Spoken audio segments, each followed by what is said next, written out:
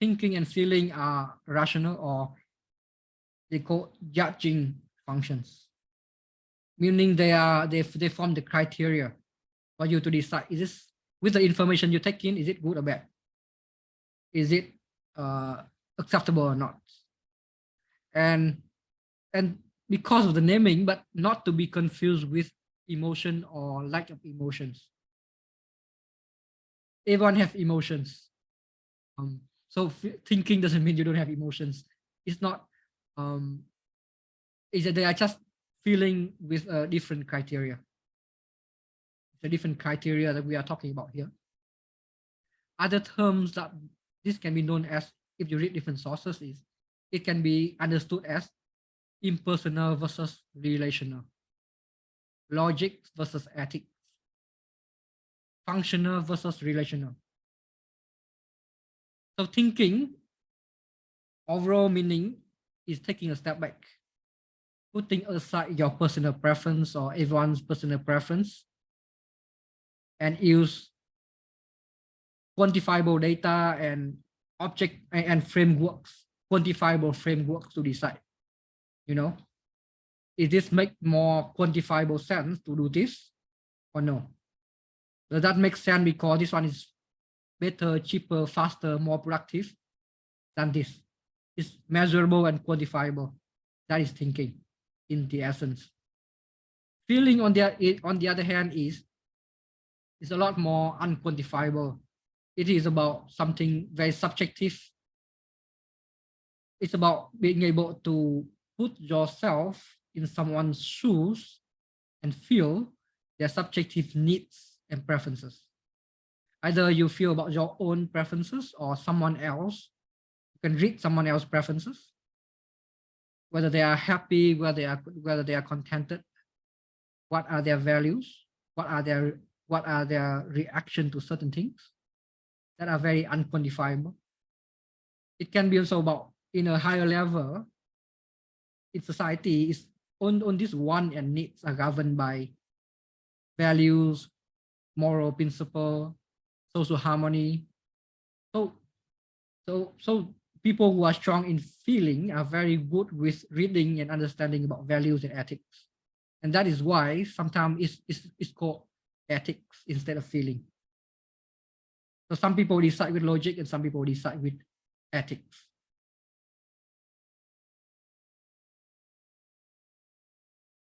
For example, let's do a quick visualization exercise here. To better understand about feeling, think about something that attract or repel you, but don't rationalize or think too much. Think about something that straight away repulses you. Maybe some food. What is your favorite? What is some food that is your most favorite, as compared to some food that to you is very disgusting?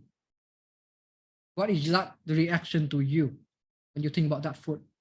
Maybe some people think about maybe some people dislike durians. I love durians, but I love durian, by the way. Some people might think durian is disgusting. Maybe a lot of Western people, they think the taste of durian is really intolerable, repulsive. Think about some category, your favorite animal. What is the feeling you get when you see that animal?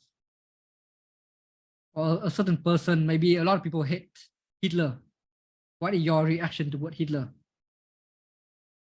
Don't think too much until the point of like, oh, I think Hitler might have his way of doing things that is correct. I mean, not if just think about something that you really have a strong feeling for, and that is feeling, you know, a very visceral, very gut feeling kind of impression and reaction to something. You just know it, and that is how feeling dominant people decide automatically. Thinking, on the other hand, to visualize thinking is a lot more, in a way, intellectual. They like to take a step back. But again, without other details, to visualize thinking, don't think too much about anything else. If you are given two cars, one costs 50,000 and the other costs 60,000, everything else is the same, which car do you take? Or if you have a pen, you have to buy a pen. One pen is going to last 2 months and the other one is going to last 5 months. Which pens are you going to take? I think that the decision with thinking here is very straightforward. It's a very rational decision. Okay, this one is it's very obvious you take the 50K car. It's very obvious you take the 5 months, the pen that can last longer. Of course, in our daily life situation, we get very complex decisions, especially decisions that are related to lifelong consequences, like your career, the job, who you marry. But this exercise to help you to get into the essence of how our mind can work. Feeling is very straightforward, a sense of repulsion or attraction towards certain things. Thinking is very rational, very level-headed kind of decisions. I hope that makes sense.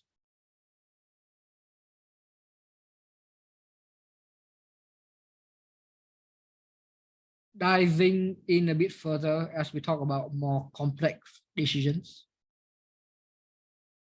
We use both thinking and feeling in decision making in daily life.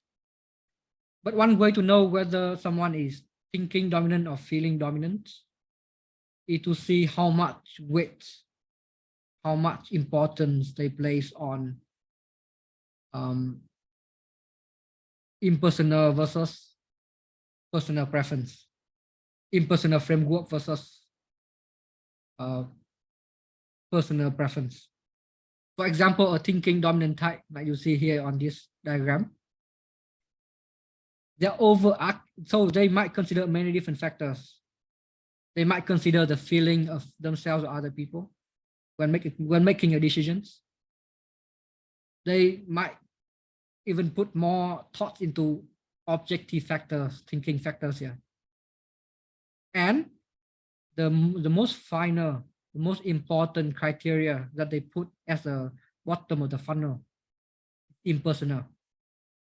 So when I put it into a quantifiable framework, after taking into account on these factors, what is the best option?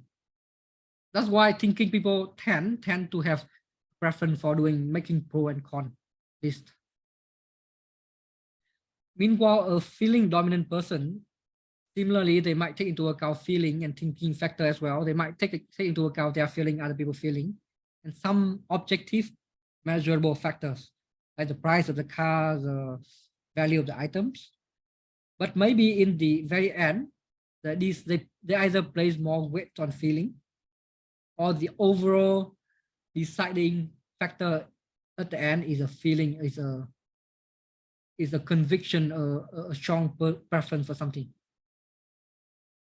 So that is another way for you to visualize how to determine if someone is, or if you are feeling or thinking dominant.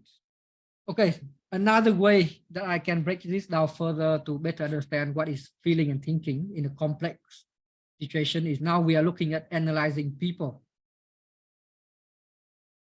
We look at, and beside the importance or the weightage of the functions, we look at how advanced or how complex is that person's ability to use feeling or thinking.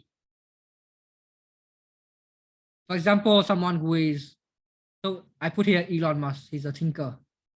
He's a very good businessman, very good engineer, very smart with math. But I assume he's less dominant, his preference is thinking, so he's less developed in feeling. So I mean, at the most basic level, everyone have feeling thinking. So Elon Musk, for sure, he can do math. And at the same time, he can do basic feeling, like can empathize and care for his family. Everyone can do that. But how about he also, but furthermore, he can do so very tough engineering and rocket science problem. Not everyone can do that. That is more or less a thinking preference activity. Engineering, science are pretty much very logical and framework oriented, very quantifiable. I assume that Elon Musk here can still empathize with strangers, but usually in a more extreme cases, like death or poverty. But what makes him a thinker is his complex and his strong way, because he used thinking so much. He is able to use his logic to solve very tough problem like running several businesses or being able to build rocket that have the potential to bring people to Mars. This thing demonstrates his very complex and advanced use of thinking. Because a lot of people say, oh, I can do both. I can do both feeling and thinking. But how advanced are you? How familiar are you with using feeling or thinking? Let's contrast with someone who I believe is thinking dominant, Martin Luther King. I mean, for smart people and mature people, it's sometimes very hard to decide their preferences. But look at how nuanced, how advanced is their ability to use a function. Of course, Martin Luther King, I believe, he can do math. He's capable of doing strategic planning and objective thinking, yes. But he takes his feeling to a much higher level. If let's say assume simplistically, someone is thinking dominant can only empathize with people who are poor or near death or anything. Feeling people, because they use it so often, they can have very nuanced, very detailed, very advanced, complex understanding of feeling. Like let's say in the case of Martin Luther King, he feels a strong dislike for the lack of racial equality for the suffering of Black people in the US maybe 50 years ago. This is something that they are obsessed, they are very much in tune with, something that is higher level feeling problem. So the very last point I want to make here is that, so again, similar to introversion, extroversion, I believe that feeling and thinking is not something that we can just switch on and off. I mean, we can do both, but types are something that are reinforced as a patterns. There are two reasons why our preference for thinking and feeling are reinforced, that we can't just anyhow switch it off. One is competency and habits. The more we use something, the more competent we are, and the more we prefer to use it. Just like left hand and right hand, because most of us are right-handed, because why don't we just switch to left hand? I mean, unless there is some very obvious reason, logical reason. I mean, no one in their right mind would switch to left hand. I mean, we have always been using right hand. We are better at it. People compliment us for doing a good job with our right hand. So why not? That's one. Second is a bit more deeper, is about our egos, our self-image. I mean, since most people are right-handed, not many people attach their self-image as being a right-handed person. But when it comes to thinking and feeling, people tend to associate their ego with that. For example, thinker, they associate values with thinking dominance. I am unbiased. I am stoic. I am not affected by emotions. I am competent in my profession. I am competent in problem solving. I think that people who are too feeling dominant are weak, are ineffective, are too wishy-washy, are hippie maybe. I'm just exaggerating here, but you get the point. Feeler, on the other hand, if they are dominant, they keep using it, they get complimented, they get the ego, get a boost from being feeling dominant. I am stylish, I am empathetic. I am fast with reading people. I am artistic. I am, you know, I am have on this feeling quality with me. So I have a hard time accepting those who are very different from me, who are very thinking dominant. I think on those businessmen are evil. They are soulless. On these rules, on this Excel sheet, on these finances are soulless, robotic. You know? Why would anyone want to be good at that?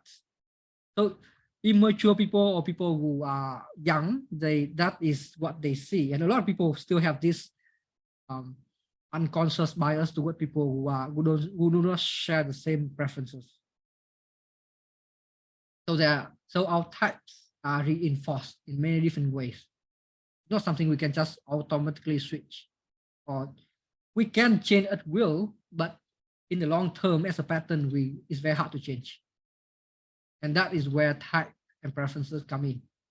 And the moment you start to see it, you will notice it everywhere.